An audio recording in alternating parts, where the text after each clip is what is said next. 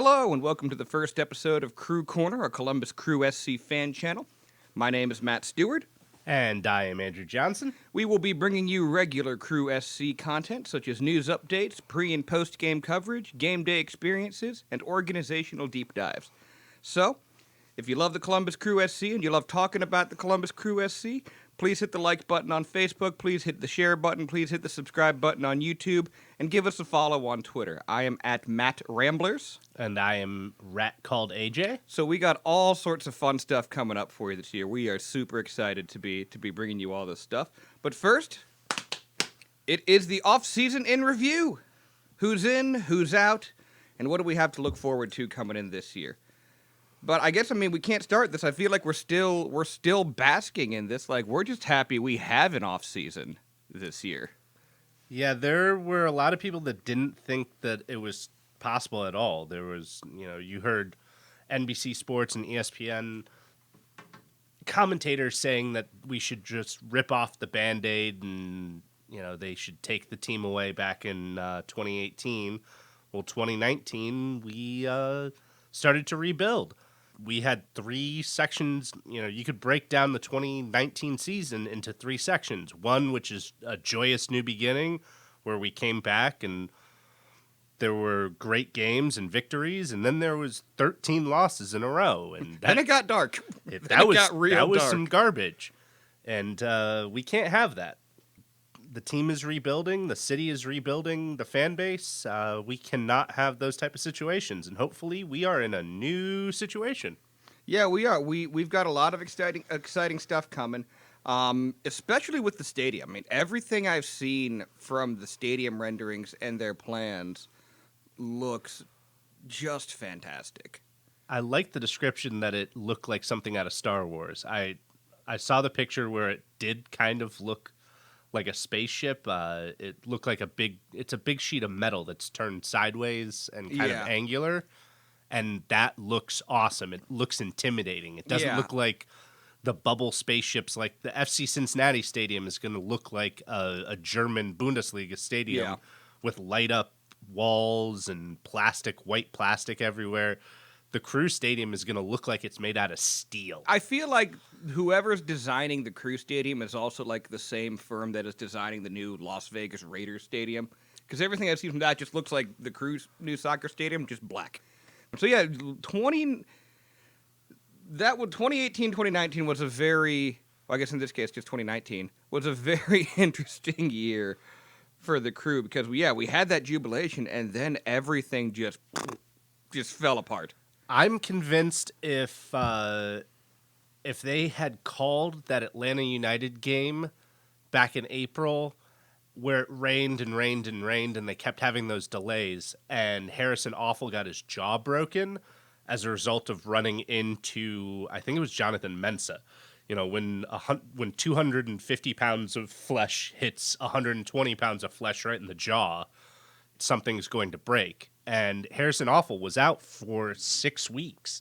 So I think we lost him for 8 games. And that's not a great excuse as to why we lost 13 in a row, but losing the best back we had. Yeah, you would feel like losing a right back is unfortunately just not an acceptable rationale for just a complete and utter collapse. And it got dicey. It got dicey in the Nordic during those 13 games, with regards to whether or not Caleb Porter was up for this. And I still think for a lot of people, the jury is still out on that.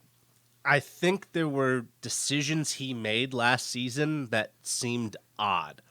And there were situations where Caleb does not have the same history that some of us have. So when he comes out in the press and trashes Alex Crognale, a lot of people turned on him because Alex and his family are staples of the Crew. His older brother, Ben, is an academy coach and played a little bit for the Crew. Alex was our first real homegrown player other than Will after the new homegrown rule system came out. His brother, Eli, was a star at Maryland, as Alex was. Alex's family housed Zach Steffen when he first came to Columbus.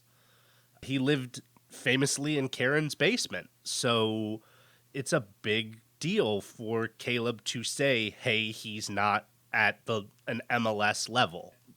That turned some people to Caleb.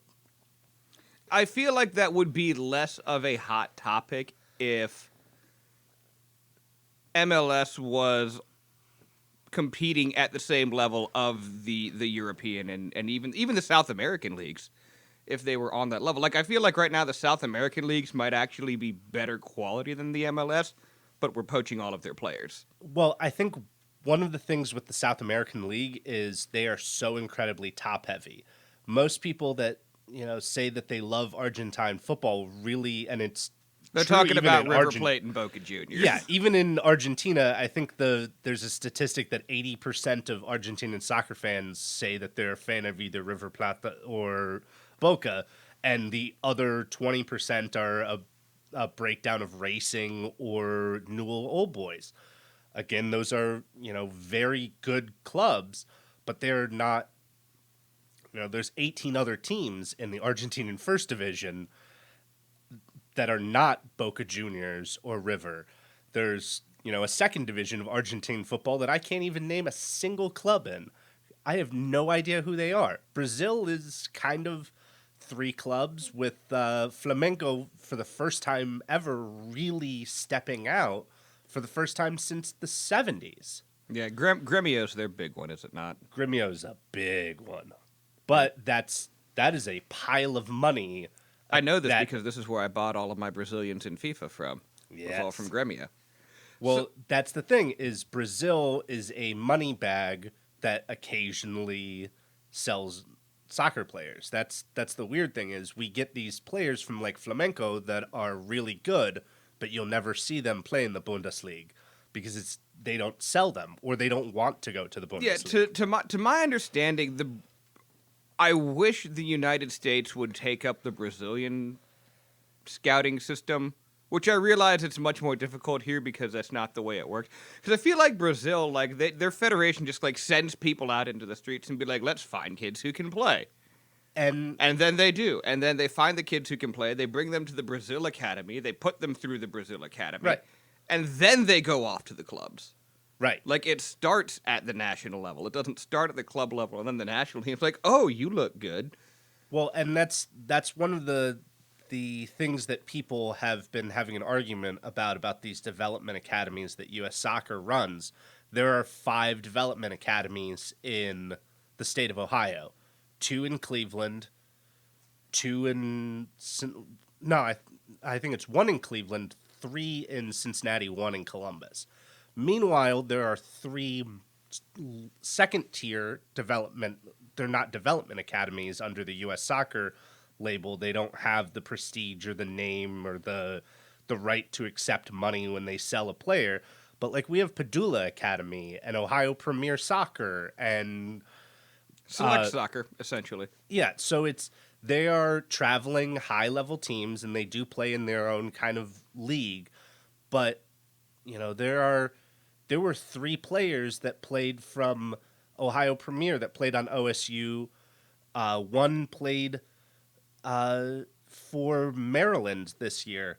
They're playing at higher tier levels, but if you asked some scouts, I'm pretty sure they wouldn't have even seen him. Even Columbus scouts. Yeah. Oh, my wife played for Ohio Premier back in her youth days. Like that club has been around.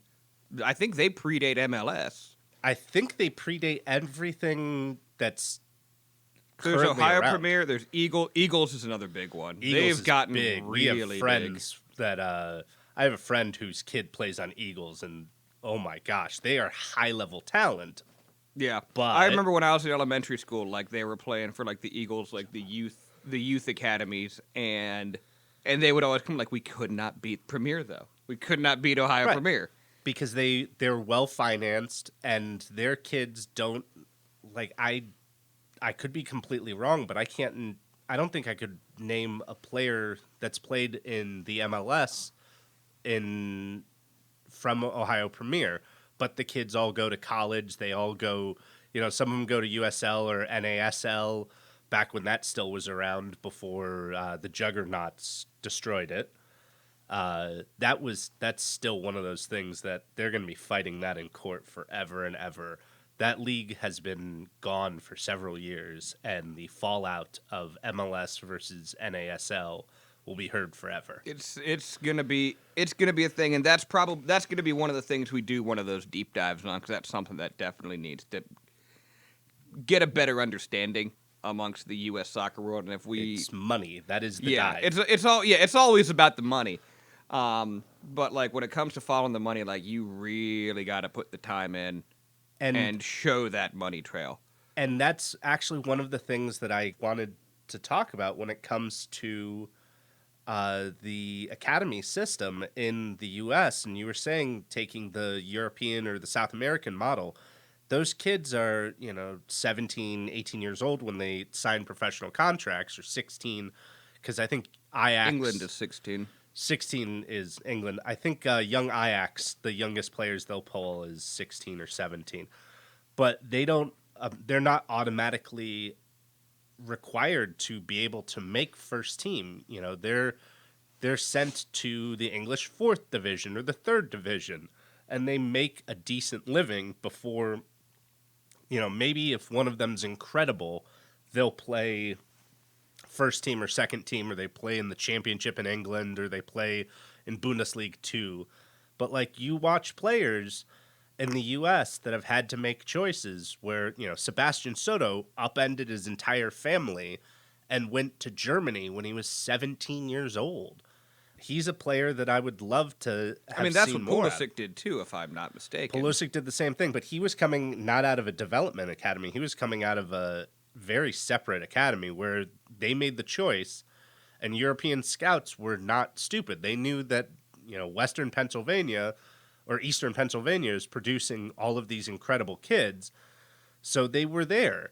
I heard an interview with FC Dallas's owner, Dan Hunt, where he said that the biggest fight is not, for Mexican clubs coming to random youth soccer teams and scouting 8-year-olds. It's German teams. They show up and they'll hand out business cards. They're agents handing out business cards from German leagues and German sponsors and German academies that are saying, hey, your kid is really good. Would you like to go live in Dusseldorf? And it's a very different thing. I don't think the U.S. has the mindset to send scouts out and say, hey, your 10-year-old could be very, very good. Would you like to change your entire family? And you necessarily wouldn't have to change your entire family either. I mean, yes, is there a difference between living in Eastern Pennsylvania and, I don't know where academies are, in Stamford, Connecticut? Sure there is. Right. Sure there is. I'm sure you could go Texas to Stamford, Connecticut. You could have the same issues. But how much of this academy's development system do you think is just like, we're Americans and we do it our own way? I think it's part of it is we don't have 100 years of doing any of that type of thing. The AAU basketball is the closest thing that I can think of that's close to the European model of scouting for soccer, where you have huge apparel companies sponsoring these leagues and these teams and these tournaments. And, you say to a parent of a 14-year-old, your kid is very good. Let's guide him towards this college, which is the same as guiding them towards an academy. Let's guide them towards this college and this coach and these athletic directors. Which is not dirty or shady or a violation of rules in any way, shape, or form, might we Right. add. It's not wrong at all. It's not wrong at all. Right, but there will come Legally. a time. There's nothing legally wrong with it. That's a better way to put it. There will come a time in which one of these kids will completely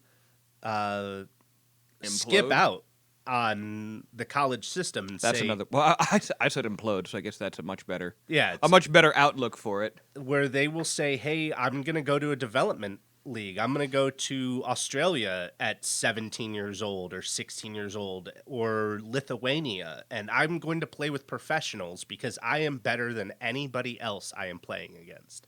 And it's the same way in soccer. You get these 16-year-olds in England that are better than everybody. Wayne Rooney famously was out playing everybody on the first team when he was playing. At 16 years old. At 16 years old, because he is that good. Do I like him as, personally? No, probably not. He's a very different human being than I would want hanging around my wife or any of my family members or large amounts of alcohol. But damn, can he kick the heck out of a He can football? kick the heck out of, same with Jamie Vardy. He can kick the heck out of football. He was good at 17. He was out playing everybody else. Yeah. So as we we're getting ready for the new season. I cannot believe the new season starts in like 8 weeks. Maybe not 8 weeks, like 2.5 months. I think they show up to training camp in California and then to Tijuana in like 14 days. It is soon. So Chicago does not have a head coach. Chicago does not have a head coach. Roster. Miami just got a coach. That is the biggest coup. That is when people start looking at MLS and they stick their nose up at it. They just stole Monterrey's coach. That is different. That is a very different thing. One of the other things I've noticed with the MLS, at least in the current rendition of the MLS under the current business model, is, man, are they splashing the cash. And it's a lot easier. We'll talk about this in a second, probably. The crew have and MLS have benefited from Mexico making a decision about how they're going to train and how they're going to field their national team. They took an MLS coach, Tata Martino from Atlanta, and made him the head of the national team. And he said there's not enough good Mexican youth being developed in Mexico. I don't want to have to go to England and get a player who's been playing in England for the last 5 years to come. So they are going to start restricting their rosters to like 11 foreign-born players. And that is going to benefit a lot of people. You're already starting to see it. That's in domestic play, not obviously not national level team. But they're leaning hard on homegrown players. Right. And so as a result, you get all of these Colombians and Argentinian players and Brazilians that have been playing for all of these, very good clubs. They might not be, you get teams like Chivas America, who's been playing essentially as a Mexican second team for its entire thing. They just changed their roster rules a few years ago to allow American-born Mexican descent players. For years, it was Mexican only in that. And that's why you would have half of the Mexican national team coming from one first-tier team. So that's benefited, particularly Columbus. We just picked up a player from Tigres. And we'll be talking a lot about him. But first, we want to talk about who's not here, who's gone, and we got to start with our main man Pipa. What happened there at the end, man? I actually heard directly from somebody who talked to Pipa about 2 weeks before the announcement came out. There are several media outlets that had the Pipa is gone information ahead and didn't really know what to do with it. The team wasn't really saying anything about it. The truth of the matter is Pipa is 35 years old and had an ACL reconstruction. So that's a year of downtime. He got injured in April, so it'll be essentially next April before he is at what we would want. Also, I don't think he's what Caleb is looking for. And from a lot of the people on the crew were not what Caleb was looking for. And that's why this list is about to get a lot longer. And it sounded like from what Tim Bezbatchenko said to reporters is they just stopped negotiating with Pipa's agent. They essentially want Pipa to take an elder statesman role. And Pipa thinks he can, and he was playing at, not necessarily the top of his game. The 2015 and 2017 seasons are some of the best soccer I've ever seen out of a person. And to know that person is only 4 months older than me makes me feel incredibly old because I can't do the incredible things he was doing. That back heel where he lifted his foot up and barely guided it that led to Zarda's goal last season, or it was 2018, was incredible. But Pipa, they want him to maybe come and do a little bit of coaching or academy work, or kind of be they want him to take the role that Wayne Rooney is taking right now in England, where he comes back, he's, maybe he plays a little bit, but he doesn't start. He's not Pipa. He's just, And Wayne Rooney, to my understanding, is also the manager of that team. he's a player coach, which under the last CBA was eliminated. That's actually how Greg Berhalter got his FIFA licenses. Is he was a player coach for the LA Galaxy. I think it was his last 2 seasons, and got all of his licenses through.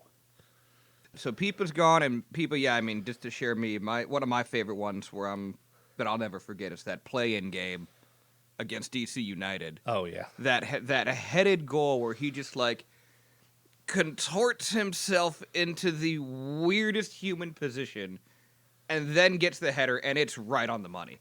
Yeah, it's right on the money, and it is one of the most beautiful reactions I have ever seen. And it's the thing with Pipa, the thing that was a playing style, particularly every coach that he had up until the point that Caleb had to make a decision after he was injured as to what the style was. Everything went through him. It wasn't just that he was the playmaker, it was the last step before a goal came from Pipa. Whether it was with Kai Kamara, Ola Kamara, Jossie Zardes, it didn't matter. The very last pass was from Pipa. There's a reason why, if it wasn't for CONCACAF Champions League, Varzijas and him would be tied. Varzijas has 2 assists in CONCACAF Champions League that Pipa doesn't have. So he had essentially 3 extra games on Pipa when it comes to meaningful assists. Pipa is just the most recent departure. I mean, I mean Caleb Porter and Tim Bezpachenko unloaded a lot of folks. They were trying to figure out what was going to work. So they moved Lalas Abubakar, they moved Justin Merrim again. That was, I think, Justin Merrim. I think he knew his time was up this time. Yeah, and if you notice, he had his most success at Atlanta when he was moved to, I think it was left back or right back or something for Atlanta, and he played meaningful minutes and did great things for them, but he wasn't the Justin Merrim that we needed him to be.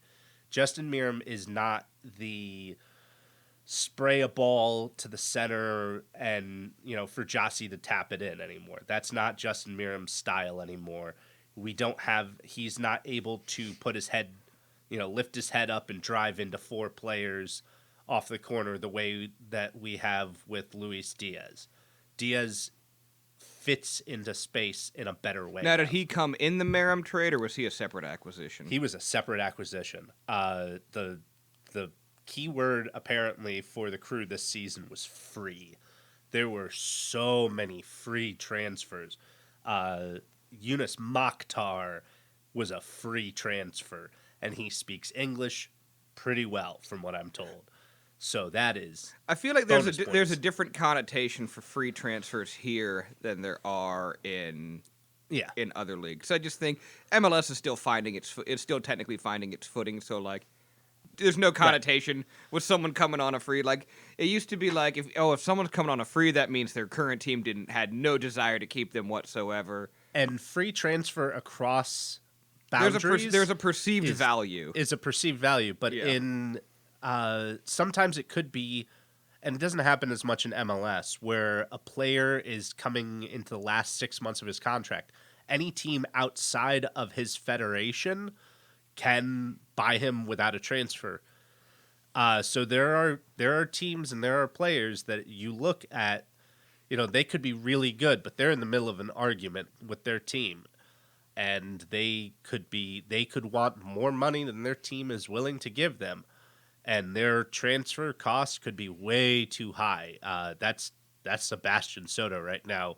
Benfica apparently really wanted him, and Hanover said, okay, $1.5 million, you can have him. And they were like, no, we don't want to pay.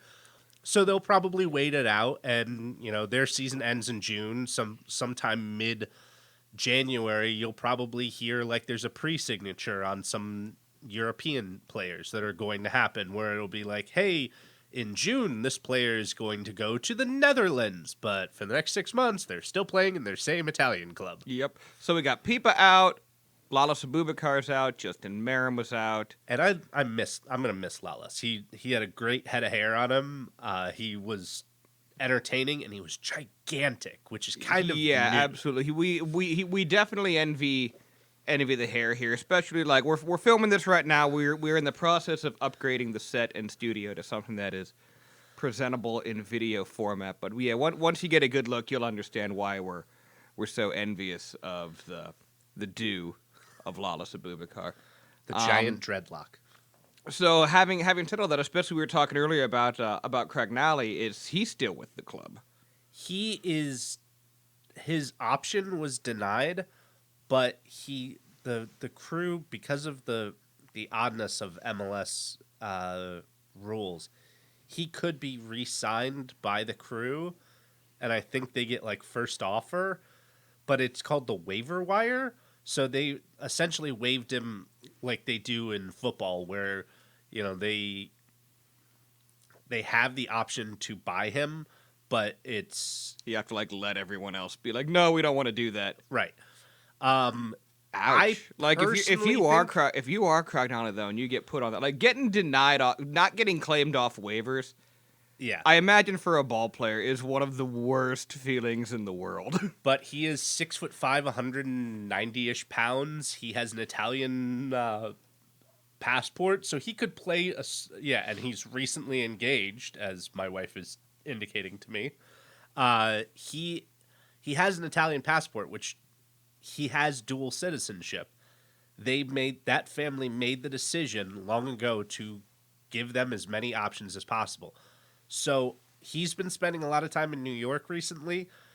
The New York Cosmos really could use a center back, and they happen to also own an Italian team. So maybe he goes and plays for the Cosmos for a year and then goes to Napoli, which would be amazing for a player of his status. Because a 6'5", nearly 200-pound player is a big player. He's tall, and he can head the ball really well. He's also aggressive, which is good. But it's not what Caleb wanted. Caleb seems to be wanting a very playmaking center back situation. He wants more of. Is that also why they unload? I believe they unloaded Gaston Saro too. Gaston Saro, I think, wanted to go to Mexico. I'm not positive on that, but there'd been rumors of him going to Toluca the entire season leading up to it. I mean, there were Mexican media outlets that were saying he was going to Toluca back in March. I feel like the Nordeck missed so many song opportunities with Gaston Saro, especially when your name is Gaston. Yeah, we can't come up with anything with that to that tune with that guy's name. There were some great two sticks where somebody painted him to look like Gaston from Beauty and the Beast, which was great. But he wasn't really around long enough to develop that either. He developed a love where fans loved him because when he was injured, he didn't go home. He didn't go back to. I think he came from racing in Argentina. He didn't. He stuck around, and he had his family here. He got citizenship while he was injured, and Dr. Pete did apparently experimental procedures of course on he him. Did. Of course, our mad scientist doctor would perform ridiculous surgery. Well, not and ridiculous. He saved Gaston experimental Saro's, surgeries on our players. Yeah, he saved Gaston Saro's career, and Gaston's doing just fine at Toluca. They're not great, but they're not garbage, and he is playing. He seems to be fitting in well, which is good. The Mexican League is a very weird place, and he's also just like an energetic and fun seeming player. There was an amazing picture that went up. I think it was the 2018 season because they still had the suit deal, and it was a picture of him and Pipa driving in a rental car, and Gaston put it up. them driving to an away game, and it was that he had traveled with the team, even though he wasn't playing. He was in a suit. He was with Pipa. He was there. I think they were going to Colorado or Salt Lake or something. But it's just the two of them in a car, and you see the little mate cup in the side.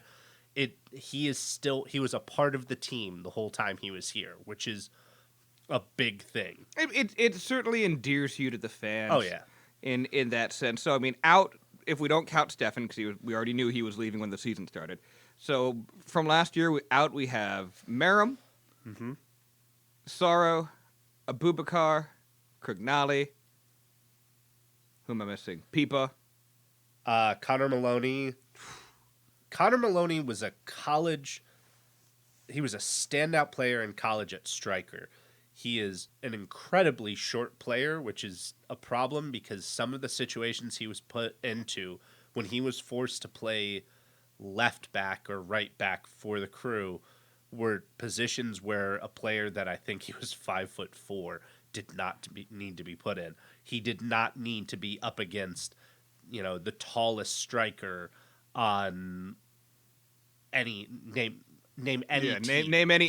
He has no business going against a target man. And he has incredible vertical jump, but it's not. He should not have been put into that situation, and it's really unfortunate that he was. I think he seems like a nice enough guy. I'm just not sure if he was ever allowed to shine in any position. Ultimately, is he good enough? We don't know. That's the thing. We don't know. And I think that became the problem of why do you keep a player on the roster for 3 years where you don't know what you're really doing with him? Yeah. Why is he in the back? Why is he not the striker? What is he as a striker that when you're having problems looking for a backup striker, that you would go out and pick up? We had 4 strikers on our roster at one point last season, and technically 5 because we had Connor. He should have been playing striker if he was a striker. Is he? Is he a back? We don't know. He got put into the same situation Jossie Zardes was put into at LA Galaxy, where you take a player who can score and can pass and can dribble, and you put him in the back because you've got a big name in front of him. Is that kind of the unfortunate thing of our roster situation at that point? Yeah. I think Connor needs a resurgence to his career. I think he needs to go to a club the way Adam Jean did, and going to Phoenix at the beginning of 2019 when we released him. And Adam John's one of the best players in USL. He's incredible. He's beloved in Phoenix at this point. And Phoenix fans, when he would score, would send, thank you, Columbus, for cutting him. We have a great player. Thank you, tweets. Yeah. And that endeared a lot of people to the Phoenix fans, who are just in general funny people anyways. I feel like to be a fan, I feel like to be a soccer fan in America, you have to have a certain borderline self-deprecating sense of humor. Oh yeah, about the whole situation. Whoever's running the Madison, Wisconsin, the Ford Madison social media accounts and their entire. It's the only way you're going to get attention. Oh yeah, they chose. It snows 9 months out of the year. What's their mascot? A pink flamingo. That's the best way you can assert yourself in U.S. soccer. That is the dumbest thing you could come up with. When they were showing weather reports, they would say that, it's half flamingo high of snow. When they announced a player signing, they taped it to the inside of a potato and then cut the potato in half so they showed the inside of it and it says the name of the player. Or they made a college intern shovel out the name of a player in snow in the parking. No, in the stadium. I thought it was the parking lot. It's the stadium. And then they live streamed it for 6 hours while they had this poor kid having to shovel this guy's name into the snow. You have to entertain people, and especially if you're lower level soccer at that level. Yeah, minor league sports of all natures have always had gimmicky ways of getting people to pay attention to them. And Twitter has just made it so much easier for them now. I don't have to give away 10,000 free hot dogs to get people to come out to this, which we still do. Which is fine. And I love the dollar, the Diamond dog night yeah. for the Clippers because, my wife and I on a couple occasions have just decided on a Tuesday night, hey, let's go to a Clippers game.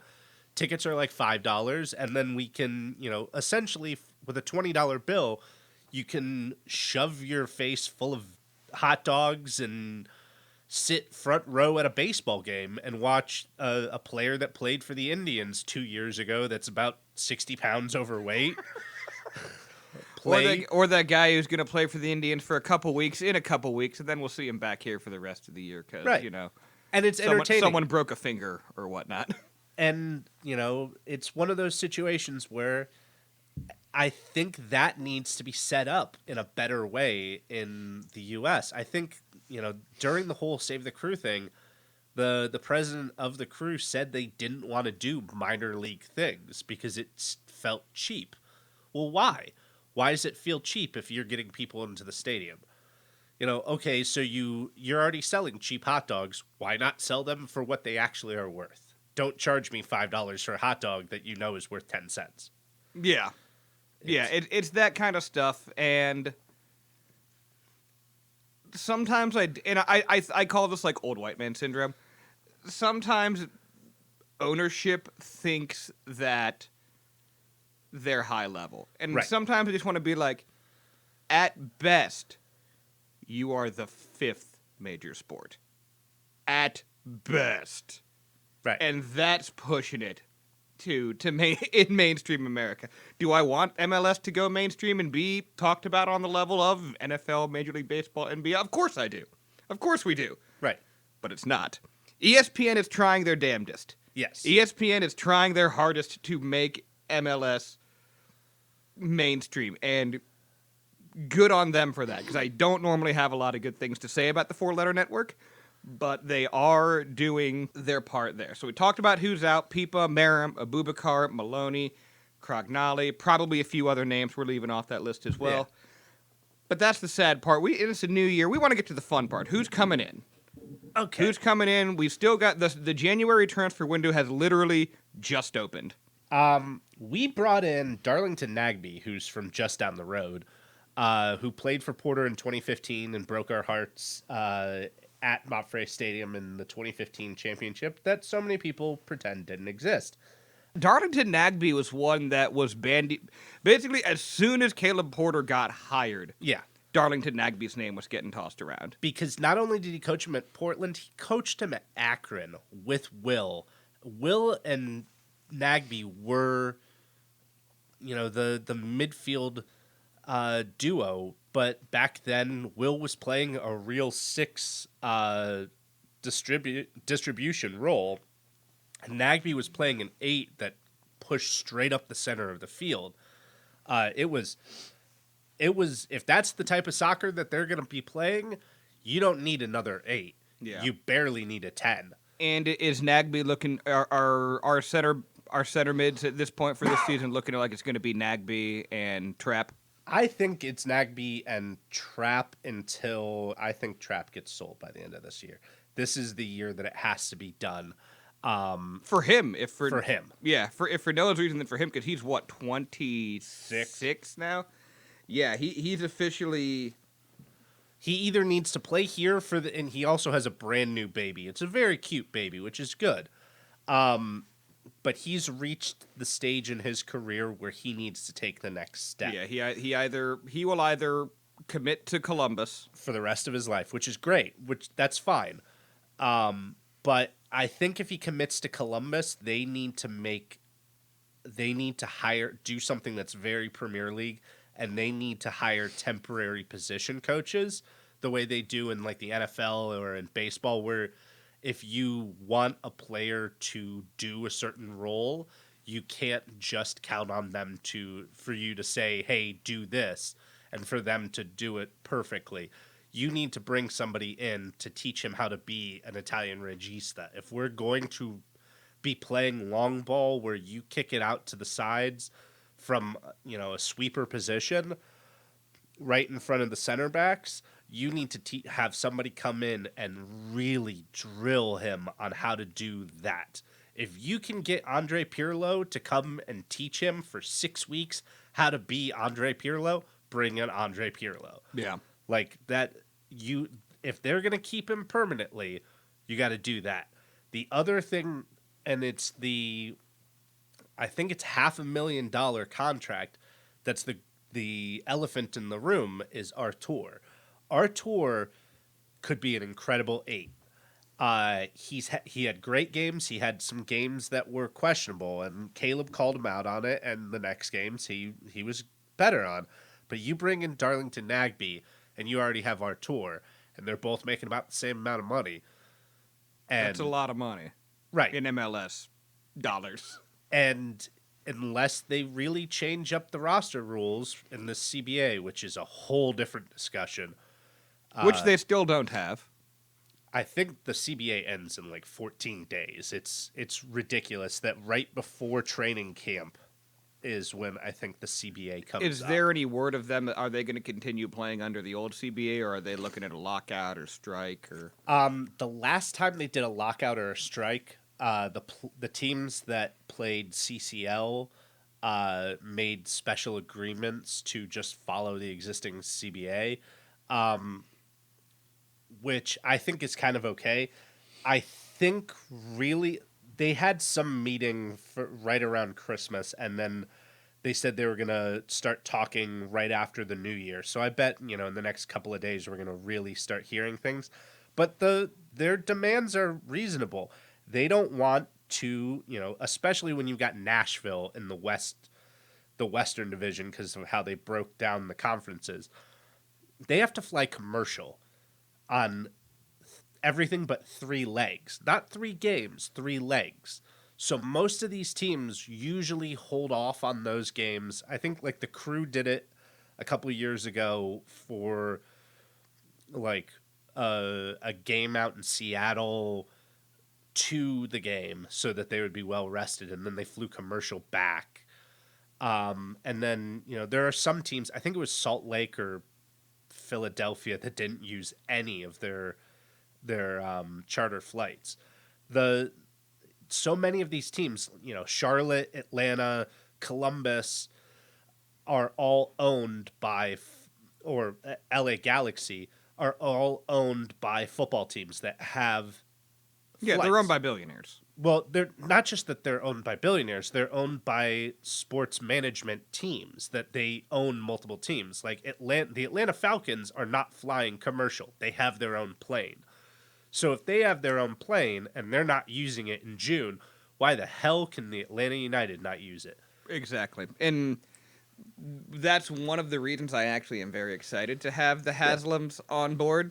Now, if you take a look at the Haslams organizational structure up north, it gives you it kind of actually I'm the Browns and their organizational structure, the way Jimmy runs that team, completely flies in the face of everything that D Right. and Dr. Pete are doing with the Crew. So, Jimmy, if you're listening to this, you should probably pay attention to what they're doing down in Columbus, because that's how you put a roster together. I think also the structure in Columbus versus the structure in Cleveland also has the luxury of having Tim Bezbachenko making so many of the decisions. And I like Tim as, like, I've had conversations with him. He seems to be fairly clever. He is, 10 years younger than me, which is scary. But he is also a lawyer that has passed the bar in New York and Ohio. He worked for the leagues making the roster rules. He was VP of player something for the league, whatever bizarre VP title they gave him. He made decisions on day-to-day actions when it came to the roster. He went to one of the best law schools, and I will toot the horn of this school because I went there for a year for undergrad. He went to the University of Cincinnati Law School. He every day had to pass a 1,000-pound statue of a Supreme Court justice who helped to put that law school on the map. He seems to understand the gravitas of everything he does, and that's impressive. that impresses me more than anything else, is that he understands what he is doing is big. He is controlling the fate of 30 players and 100 and something odd side staff people. He understands that if he makes a stupid decision, because it's not, the size of the Browns where you've got a lot of people who could take the hit for something stupid. If Tim makes a dumb decision, or he pisses off a player, or he pisses off an agent or a member of the media in Columbus, it's him. We see his face. We talk to him. His father is a dentist in Westerville. His brother is my wife is miming drinking. Yes, some of us drink with Tim every once in a while. He is, it's a much more connected thing. We feel, and Crew fans do kind of have this weird thing of, we feel like we actually are a part of the team in a way that, European fans think of themselves, and German fans actually do own the team, but the Crew fans actually feel like the Crew is ours, and that the owners, operators, and president are just, they're doing our bidding. They're stewards of the team in a way that I don't think NFL fans can really feel. How much of that do you think is Dr. Pete? Now I think it's Dr. Pete. I feel like he is definitely the face of that movement. The fact that he and his family are going to be at the tailgate on the first game, I've had conversations with Dr. Pete.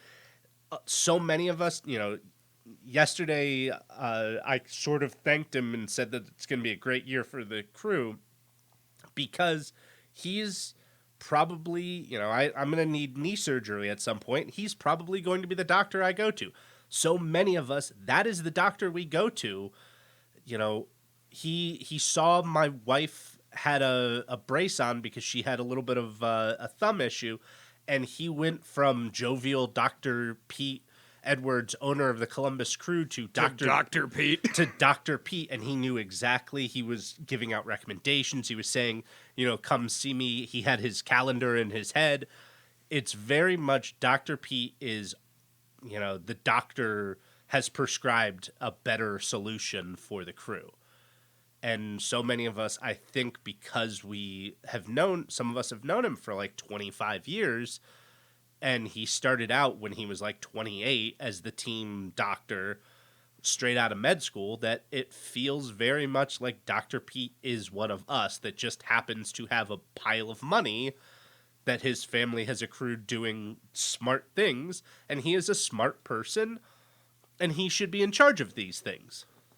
So we bring in Darlington Nagbe. Even during the season, so we bring in Romario Williams, Luis Diaz. Oh, God, I love Luis Diaz. And who I think might actually be the most important part of this, Eloy Room. Eloy Room seems like he's happy to be here, which is good. It's possible to bring a player from the Netherlands that, the Netherlands has always, to me, felt like a better comparison to MLS than anything else. I think that's I think the quality of play is a little better, but as far as what they're doing, that is absolutely the case. They are a little top heavy. The Netherlands have, are we. Well, yeah.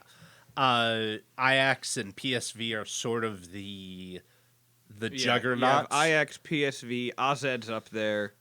AZ, I shockingly, AZ is always, to me, I know they probably spend more than I think they do, but they don't ever feel like they're the type of person, the type of club that'll go, oh, here's $100 million. We're going to buy so-and-so. We're going to buy they're Mohamed Saeed or something. They're a developmental club, just like Ajax. Ajax, again, just far and away better. And who else up there? Genk, K.A. Genk. Yeah, Genk is a very good development club, but Genk is one of those ones that I don't think we'll ever really see a top-level Genk player come to MLS. And it's just because they don't go to they go up. Well, yeah, they'll, instead of going to MLS towards the end of their career or in their late 20s, when they hit they might not be an A+ player, but if they're a B+ player, they're not going to they're not going to MLS or to Mexico. They're going to Sweden or Norway or third division Bundesliga because it feels more familiar to them. I think that is going to be one of the biggest things going forward is having Aloy Room, and you heard it when it comes to Wormgore coming in. One of the things he said is he talked to Aloy Room about like, hey, how is my family going to deal with it? You know, they played with each other, I think, on PSV in the Netherlands. And what does Wormgore play for those of us who haven't been paying too much attention? He plays center back, and he is an attacking center back. He is one of the most shocking statistics about him. If you ever look up any highlights of him, which all seem to have Swedish thrash metal put over them. Because why not? Yeah, his name is Wormgore. Like, I think it's actually pronounced Wormhor, which is that's even more metal. Yeah. He is very metal. He has some slide tackles that if he didn't hit the ball, he's killing a person. Like but the most incredible statistic is I think he only has 3 red cards in a 10-year career. He is incredibly well trained. Out of the Ajax, he came from the Ajax Academy into a couple of other clubs. He's been playing, I think, in Norway. He is very heavily tattooed. So when he gets to Columbus, and so is Aloy Room, despite he wears long sleeves, so you don't see it every day. But both of them are fingertip to fingertip, and Wormgore has his entire back done with this amazing like Native American headpiece on a lion that's half cybernetic, and it's a gigantic back piece on this gigantic back. He is a huge human being. There is a lot of flesh on that field that's going to be barreling down on some very skinny legs in the Eastern Conference. Like, I'm very worried about the first time he hits Joseph Martinez. Yeah, there. I can think of some small wingers and strikers who might think twice. So we got Wormgore, Nagby. We talked about Room, Diaz, and the in-season acquisitions. Diaz, when they talk about players that are going to make some teams a lot of money, Diaz is 19 years old. I think we paid a little bit of a transfer on him. I'm not sure if he's a young DP, if I recall. He is a young DP, but most of that is, if I remember correctly, comes from his transfer. I think it was may have been a low 7-figure transfer, so maybe like $2 million seems like the right amount of money out of that situation. He could be the player that the Crew flips for $6, $8, $10 million 2-3 years down the line. Or, depending on if he continues with the form that he had in August, especially against like Cincinnati, Atlanta, a couple other teams where he just destroyed the right side of a field, he could very well be the first real breakout star from MLS that comes from Central America. And I know there are people that are saying, oh, what about, Newcastle paid $12 million. But he is, now, to be fair, Miguel Almiron is probably the best player on that team right now. Right. That's the thing, is Newcastle probably should have paid more for him, and he's going to flip as well. If Newcastle doesn't lose him in the next 2 years, I will be shocked. If somebody doesn't say, hey, what'd you set his transfer value at? Oh, that's way too low. Haha, we're going to steal him. He seems like the type of player that he could very well play on a mid-level La Liga, or I wouldn't say like maybe a Ligue 1 team, because the Ligue 1 is Farmers and, Paris Saint-Germain, which they were the ones that came up with that. There's, to quote Alexis Guerrero from the Cooligans, one of their teams is named after mustard. It is very much it's a Wild West type of feel out in some of these European clubs. Yeah. We could do a whole show on the MLS business model versus the UEFA. Oh yeah, business model. So I'm sure we will eventually do a whole show on that. So we got Yeah. Romario Williams, Luis Diaz, Eloy Room, Darlington Nagby, Wormgore. I have a whole. I'm trying to think. There's someone that we're saving for the end. I mean, But we I'm trying also to think have who else have we brought in? Axel Schubert, who he's the tallest. I think he's the tallest crew player ever at 6 foot. I think he's 6'8". He's Is either he also 6'8". a center back? He is also a center back. Man, we have stocked up on center we backs. have 5 center offseason. backs, which is unfortunate because we have a U20 U.S. center back who could be, if he can. I think he's a little too small to be playing center back. I really want him to, be playing like in the center of a 5-back back system. So he's kind of playing more of like a number 6 sweeper center back thing. Like a holding mid. And that's Abubakar Keita, who is from Westerville. He's an incredible player. He passes very well. He holds. I think he could probably play multiple roles. I think FIFA and Transfer Market both have him listed also as playing left back, which is, he's a good size for that if he can get his dribbling a little bit faster. And, maybe that's one of those things that they make some transitions and train up on that. Plus, I just think Columbus just needs a player with the name of Abubakar on their roster at any given moment. We also have Chris Cadden. Chris Cadden. Who we kind of have Chris Cadden. Although is he joining us? He is in joining January? us. I think it's Saturday. Much to the chagrin of everyone in Oxford, England. Yeah. Supposedly their president went into the media, and I think it was the Sun that reported. So I'm not completely positive if I should believe it. Yeah. So let's recap this. For Chris Cadden, has never played for the Crew yet. Nope. Crew acquired him last summer window, if I recall summer correctly. window, and immediately loaned him. We got him from Motherwell, which is Scottish. They are a development. They are the definition of a development team. Their players go on to play for the championship. They play in France, but they grow young, healthy, happy Scottish players and teach them how to play, and then they put them up like a meat market. It is amazing. But Oxford United offered money for him, did not offer enough. Columbus bought him. They bought him for I want to say $3.5 million. It was a good chunk of change. It is an unreported fee. There may be some, I wouldn't say questionable, but some very strange math going on. It's really good that we have a former Team USA coach as our general manager, and Pat Onset,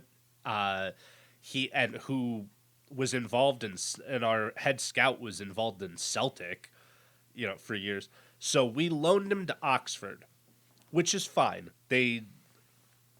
That seems like a great fit for him. He's playing very well. Problem is, he's playing very well for him, and they want to keep him. Well, they offered what they report as the Sun, I think it was the Sun reported, is the highest transfer for a back in English League 2 history, which I looked at a little bit of numbers, maybe 6 mil. If they offered 6 mil to keep a 20-year-old player, when you're in the 4th division of English football, third, yeah, They're Premier, Championship, League 1, League 2. Oh, that is fourth division English football. I think that is the lowest, and that is the lowest division where anyone is a full-time footballer. Correct. That seems reasonable for that player. The problem is, he's replacing. We have a job for him. He is. We need backs. We need fullbacks. We need fullbacks. He supposedly can play both left and right, and for some reason, the FIFA 20 also says he can play right mid. I don't know if that works, but that's okay. Also, his job is going to be replacing Harrison Awful when Harrison retires at some point. I don't think that will be ever, but, Eventually his contract will run out, and Like, people of the crew will just be like, meh, yeah, Well, all right. Harrison's been around and playing for a long time. I think Harrison might be 32 or 33. I have such a love-hate relationship with Harrison Awful. He like- scores the heck out of some goals, but there are moments. And then where there's you're other just times like, where his namesake is just fits right into it. Like, awful. he Awful. Like, I don't know how many times I said that last year. there are moments that I absolutely love what Harrison is doing, and there are moments where I'm just like, oh my god, I wish you were 10 pounds heavier, and just had a little bit of like 10 pounds of muscle on his upper body where he could push a player over, and that's what Chris Cadden has. Chris Cadden is young, and he's solid, and he runs really fast, which is good. I have not seen him score. Which is okay. You don't need an outside back to score all the time. The problem is Harrison Awful does. That's why we keep Harrison Awful. Is he runs, he overlaps, he puts a ball in from outside the box on the corner, and it's beautiful, and it saves the game, and everybody loves him. Chris is a better defender, I feel like. And if anyone remembers last season, we were not a great defending team. No. We were not. The crew was not a great defending team. What are we doing at left back? What is going on there? That's still Milton Valenzuela, and I want to say Hector Jimenez. Is Milton Valenzuela gonna be ready? He was running up and down the sidelines. Because for those of you who missed it, he blew out his ACL. Yeah, but he's 19, so they bounce back. Yeah, they do bounce back when you're 19, so it'll be good to have him back because he was so good in that 2018 season. I can't remember who it was, but somebody said if he had played a single minute on the field in 2019, he would have been in the top 25 best players under 20. Yeah. Like he is a very good player. Now, is he signed to us or is he still is technically permanently on? signed He is to finally us. with us. Okay, Yeah. also a good plus. So we got Cadden. So just in the also we got Darlington Nagby, Chris Cadden, Wormgore, Eunice Mokhtar. We got Matt Lamson back, hometown boy Matt Lamson. Lamps, baby. Oh, Lamps. I love Matt Just Lamson. sit there, stop some balls. Be ready in case anybody gets hurt. Dude's got the best job. Dude's got the best job in all of everything. And what's interesting is it will be an actual. In the past, I don't think it has been a competition for the number 2 goalie spot. But we have, and it's going to be what I call the U.S. Open goalie spot most of the time. We have Matt Lamson and John Kempen. Both have played. Kempen's no slouch. He's no slouch. He is not Eloy Room, and he is not Zach Steffen, and that is unfortunate. He has been put into a situation where he has, and he was behind. I think he was behind Steve Clark too. I think he's been put into a situation where he is the second best goalie on the crew, which is not a bad thing. You're still making a full salary. You play U.S. Open Cup. You play, it is a reasonable position to be in. It's a great job. And everyone, it's kind of like being the backup quarterback. Like, everybody kind of likes you. And Automatically. to say, the most telling part of that is John Kempen, I believe, is still the crew player representative on the Players Association. He is, for the union rep to be the backup is really interesting. But he's well respected. He's well liked. He seems like a good guy. He's also apparently funny and like a reasonable person in the locker room, which is important. Like, not everybody would assume that you need somebody that can get along all the time in the locker room. But if you have a situation where you have turnover the way we did, at one point at the end of the season, we had 17 players on our roster. We didn't have enough players to actually field a full team for a game because we cut so many players all at once. So to go from 17 players to we have 23 players now. Now, because of roster rules, one of those has to be homegrown. They can only have played a certain amount, and they have to make like they have to be under a certain age and under a certain pay rate. It's typically the homegrown players coming out of college. Abubakar Keita is currently one. You get two. The 29th and 30th position on the roster have to be taken up by these two positions. Abubakar Keita was taking up one, and Alex Cronali was taking up the second last season. I think just for backup purposes and because he played this through college, I think the center attacking midfielder or center midfield position backup will be Eli Cronali. Will be Eli Cronali. He's graduated from Maryland for the backup number 10 spot. For the backup number 10 and the second homegrown player. The backup number 10 spot, which brings us to the primary number 10 spot. The big name, the one coming in. We are, of course, talking about Lucas Zellerin. Yep. Don't call him El Chino. He does not like that. He does like that, apparently. He does like it? Yeah, he likes it. So he likes... Well, I don't like it. Oh, you don't like it. Oh, I don't like it because it is...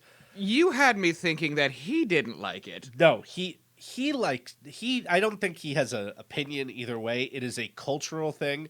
It's a little racist. Yeah, I am an American of Mexican descent.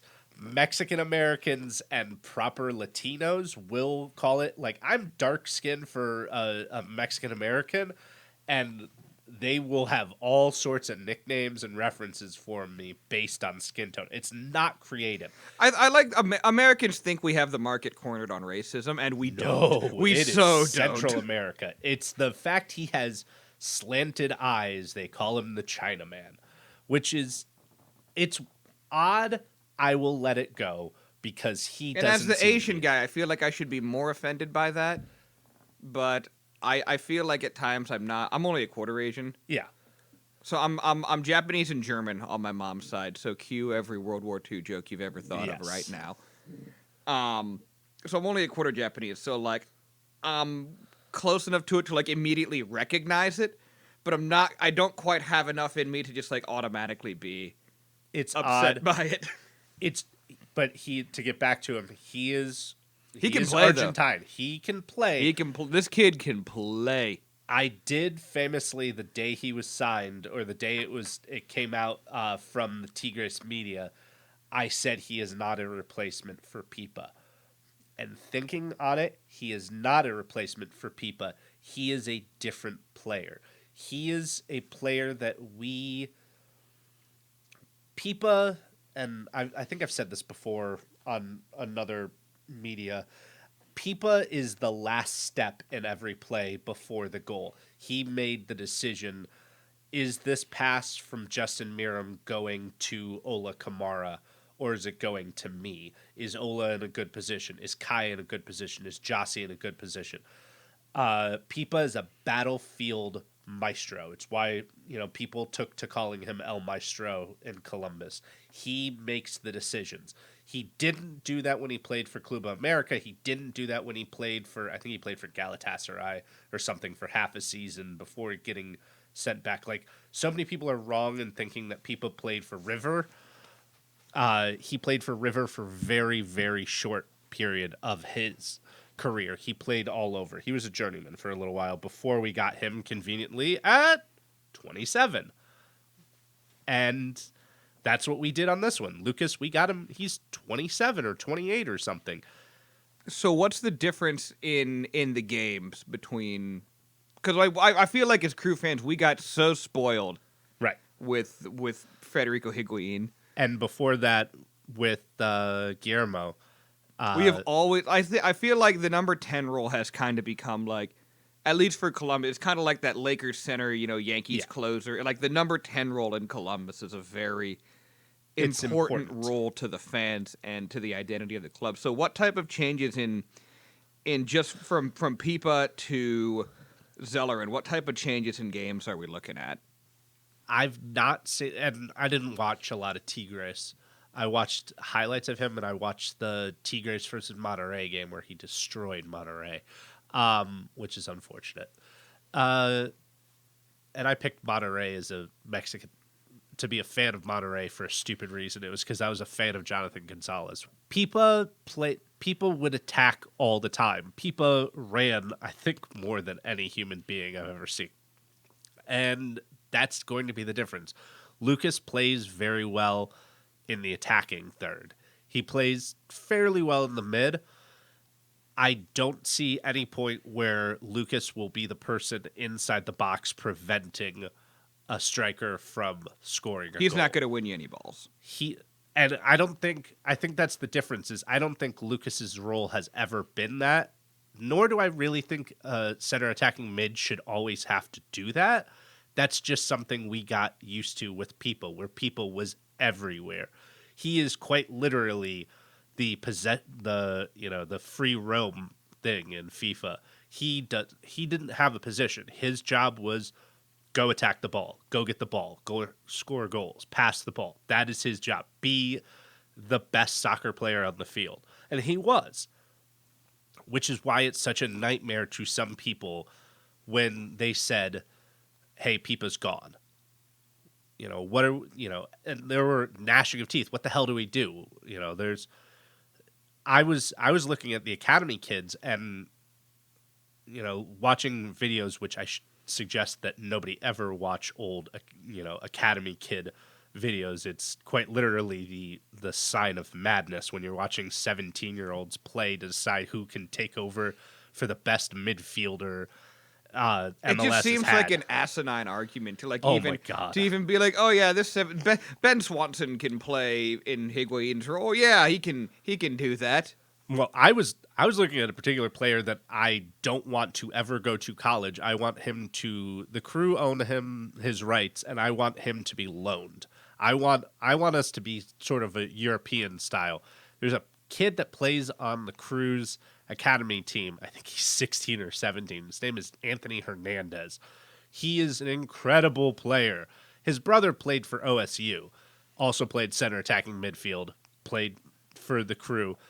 He's very good as well, but I want Anthony to get loaned. I want somebody to sit his family down and say, I know every child, every parent's dream is for your kid to get a 4-year degree.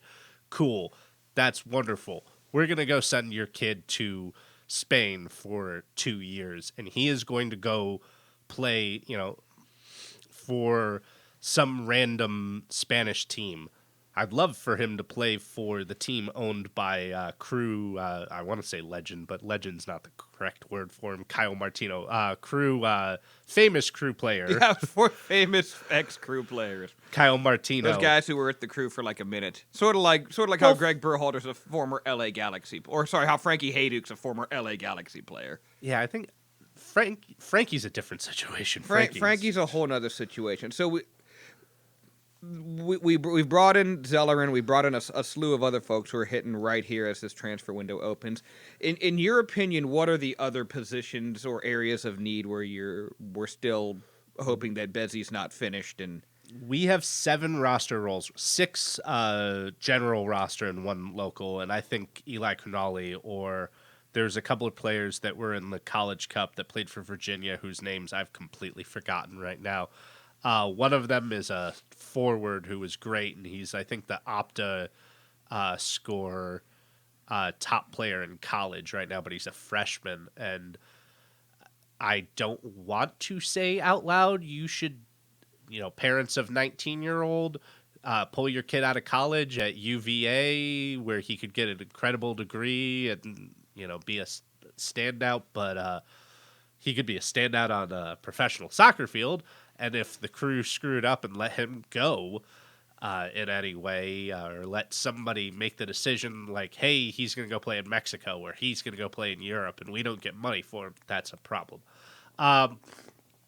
We need depth on wings. We really need depth on wings.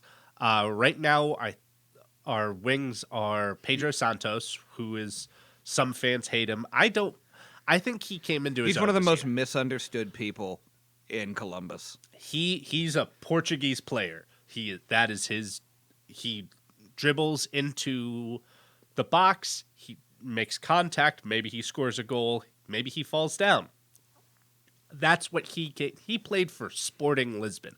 That is quite literally what you teach the right midfielder for Sporting Lisbon to do. Right. Is drive into the box, get hit by a kid from whatever other Portuguese team, Porto, I think, is the other big one, and fall down. That's his job. He either scores or he gets a penalty. That's the game there.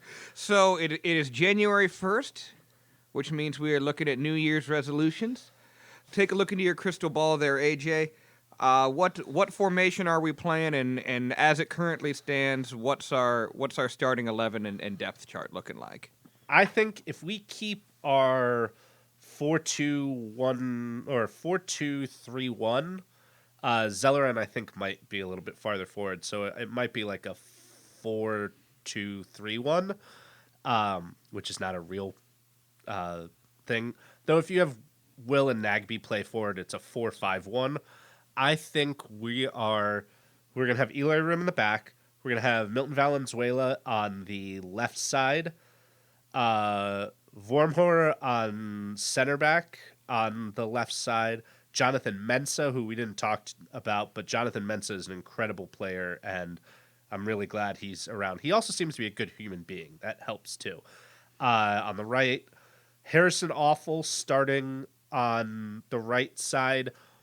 Though I think the first game it might be Chris Cadden just because, or in preseason it might be Chris Cadden because Chris is playing like he was in the 18 2 weeks ago for Oxford. He is going to be the player who is in the best condition coming out of the off season. He is not in.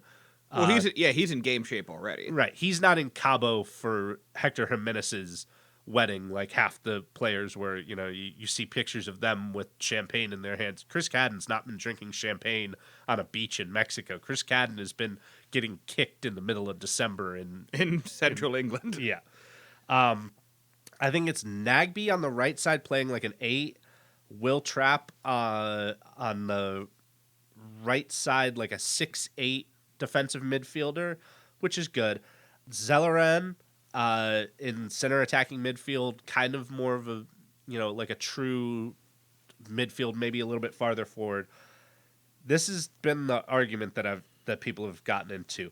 Pedro Santos and Luis Diaz. On the left? Or on the right? Left or right on either one of them. Either one of them supposedly can play both sides. I like Diaz on the right and Pedro on the left. I think they're both right-footed, though. Pedro, I really want to see Pedro playing more central than an outside winger. Like Diaz should play like the outside right winger where he's running down the right side. He's got the ball. He's going really fast, and then maybe he kicks it or he passes it in to our starting number 9, Jossie Zardes. I really want to see Pedro coming towards into the corner of the box. What did you think of Pedro in the 10? The times we saw it in 2019. I think that was an explosion for him. I think that was the only thing that gave me a little bit of hope is Pedro could probably play as he was playing more of like a center forward. Yeah, he was kind of playing that false 9 role where he was like, a lot of times you'll see when someone sets up a 4-4-2, like it's really more like a 4-4-1.5. Yeah, I think there was some team that played with a striker and a center forward years ago in France or something. Yeah. In probably the early 90s or 80s or something, where they had his job was really to drive from the center of the field and put it in. And he scored more goals and was statistically better than he's been as the kind of the number 10. And, we could see in the Nordeco when they would walk towards us and clapping on home games, he'd be in deep conversation with Caleb. And they're really talking, and they're, talking about how the game was moving, and you see them moving their hands about, and they're discussing tactics even on the field. Pedro Santos might be to Caleb Porter what Will Trapp was to Greg Berhalter. I think Pedro is the person that Caleb will go to discuss a situation or how something is going to go moving forward. I think he believes Pedro to be the positional player that he needs him to be, which is okay. That's good. That's what we need. We needed Pedro to have confidence and to score goals, and he did both of those things last year. Absolutely. So what are these acquisitions and moves we've got? So we've got our starting 11. We've got a decent understanding of the depth chart. We have 12 backup players, which is good. Yeah. So I mean that's enough. Fingers crossed in case anyone gets hurt again. That we've got the depth. What do these acquisitions and setup kind of say about the way Caleb Porter wants to run this team? He wants this to season? run longer. He wants distribution. He wants his eights to be able to kick it out to the left or right. He wants his eights to be his defensive midfielders to kick it to the left or right to the wings, who will run up the sides and either, dip in and score like Luis Diaz was doing, or pass it to Jossie to tap in. I think the best expression of how Caleb wants to play was Cincinnati. Physical out of the back, push it to the sides, run up the side, score. I think that's what it is. I think having bigger defenders, having Vito Wormgore, having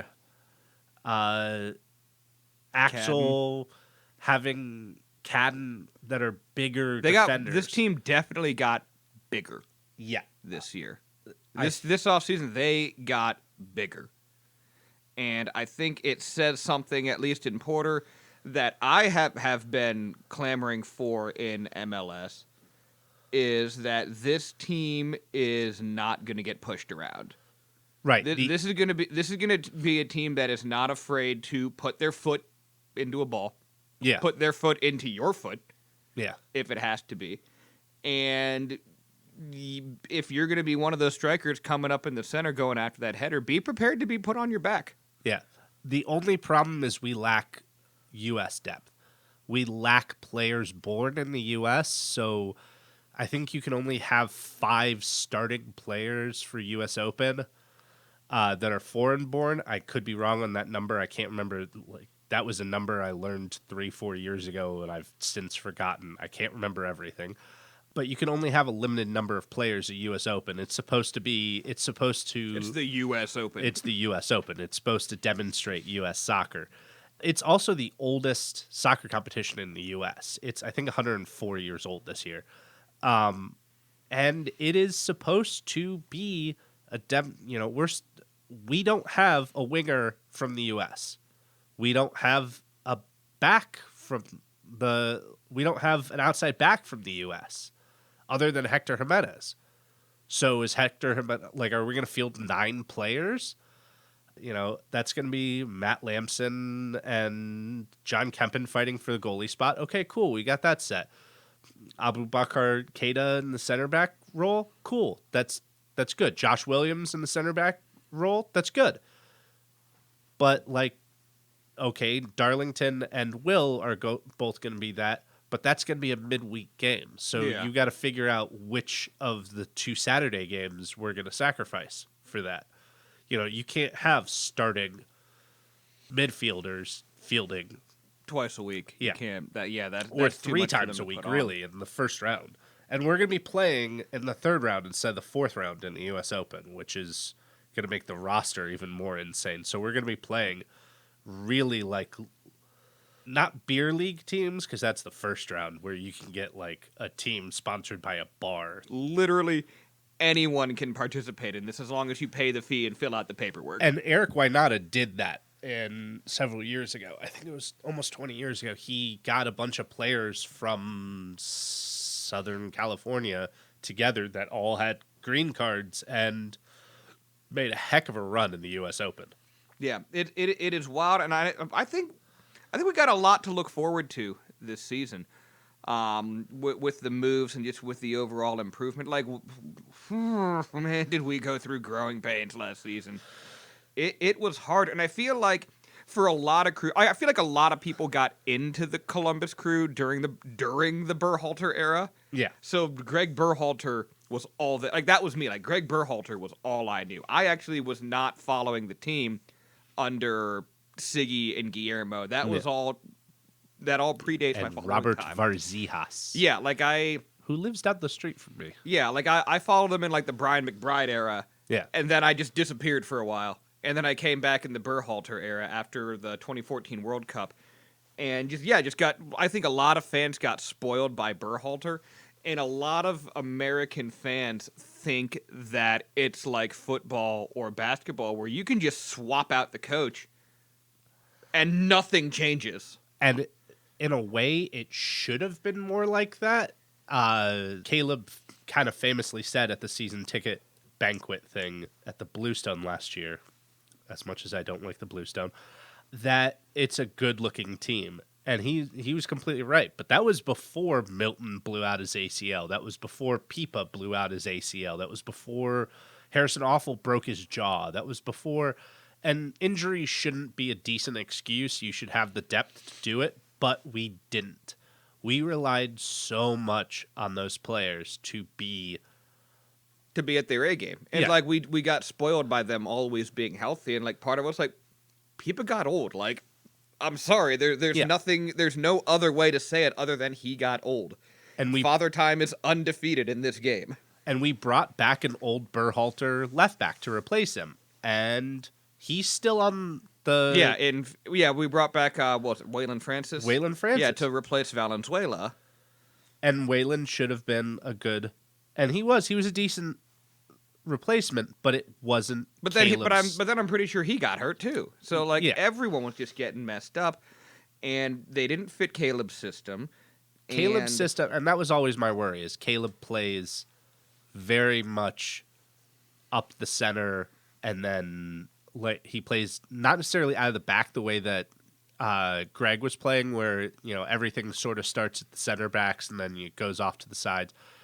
Caleb's has always been very much of an attacking system, not a possession system. And so, and you saw that at Portland where they'll sit back, they'll play defense, they'll sucker those that back four further up towards the halfway line, and then they'll just jam it in their faces. They'll just pound the ball into the goal.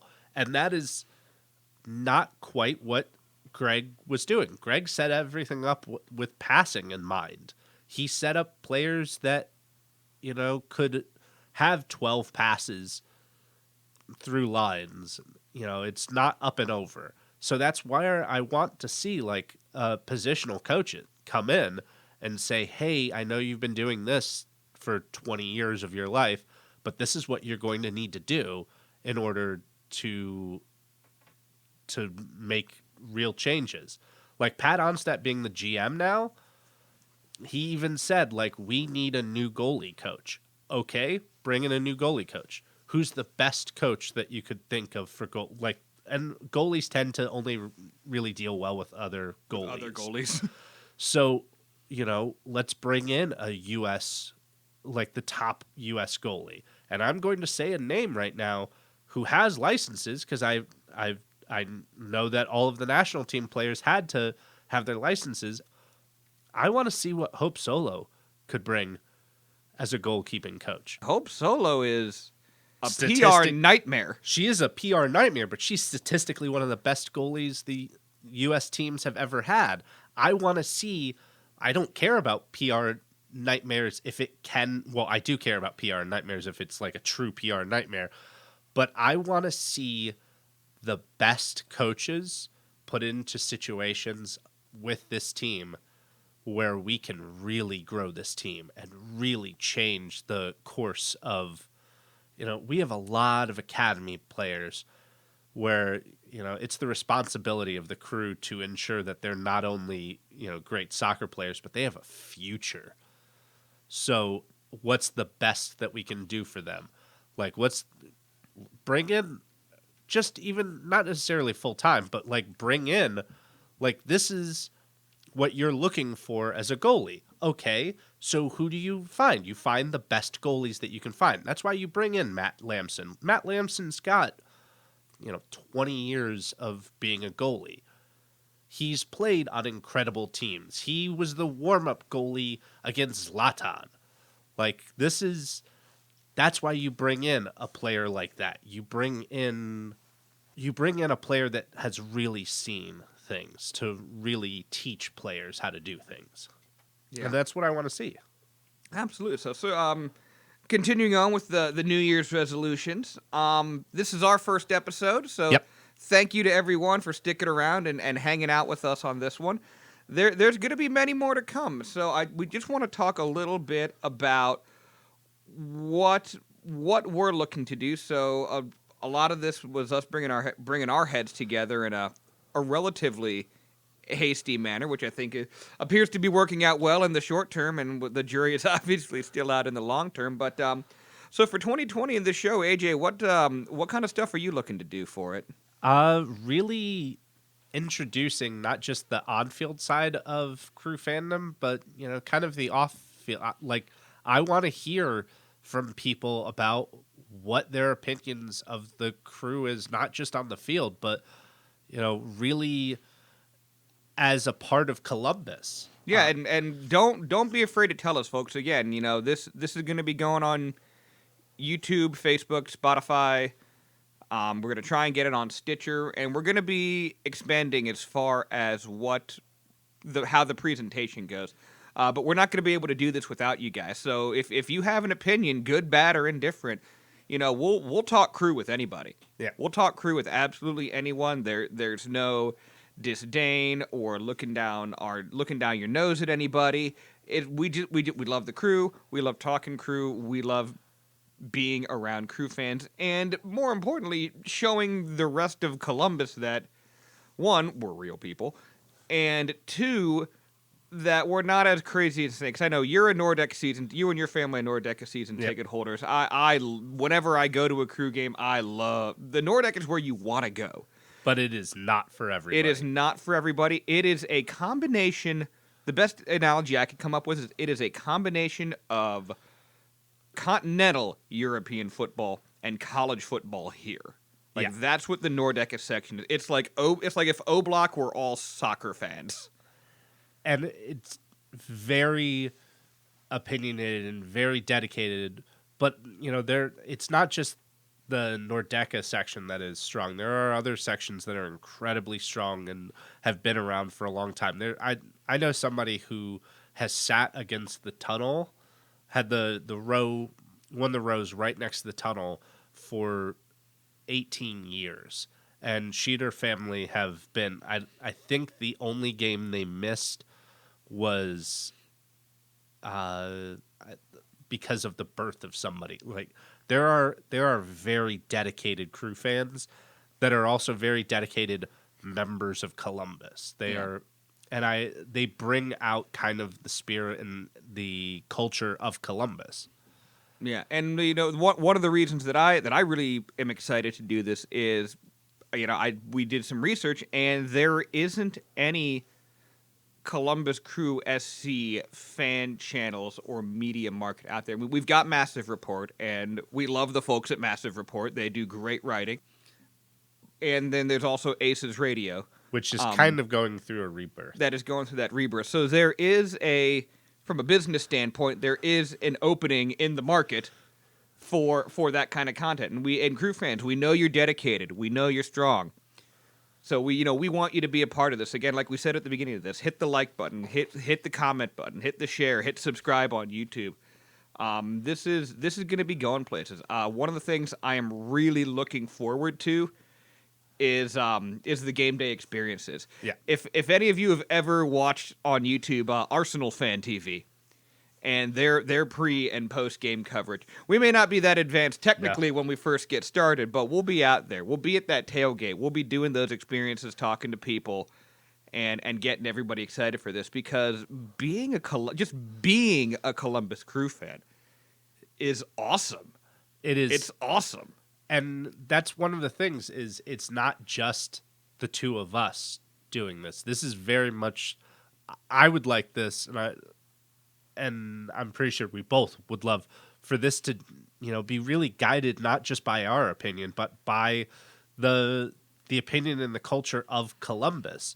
If we are out at a game and we're, filming a clip of somebody and they want to give their honest opinion of a player or a coach or a political official in Columbus, let's keep it respectful, but honesty and we don't. Columbus Crew does not get a lot of mainstream media coverage, even from MLS. Like, Right. MLS just doesn't cover the Crew. Columbus Dispatch kind of covers the Crew when it can get them paid.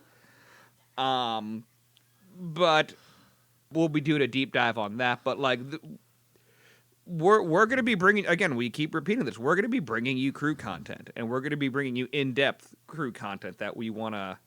But it's not just going to be the games. It's going to be, if one of the Crew players gets a new tattoo and is going to go get a new tattoo, and they want to bring, one of the two of us along to talk to them while they're getting a tattoo, I will certainly go. If they want to pay for me to get a matching tattoo to them, I will get a matching tattoo, unless it's one of their kids' faces. So we love the Crew. Yeah. We would love you guys to be a part. We will love having you guys be a part of this. If you're watching this on YouTube, hit the. If you're watching this on anything, hit the share button. Tell this to all your other Crew fans. This is going to be fun. This is going to be a fun ride. So again.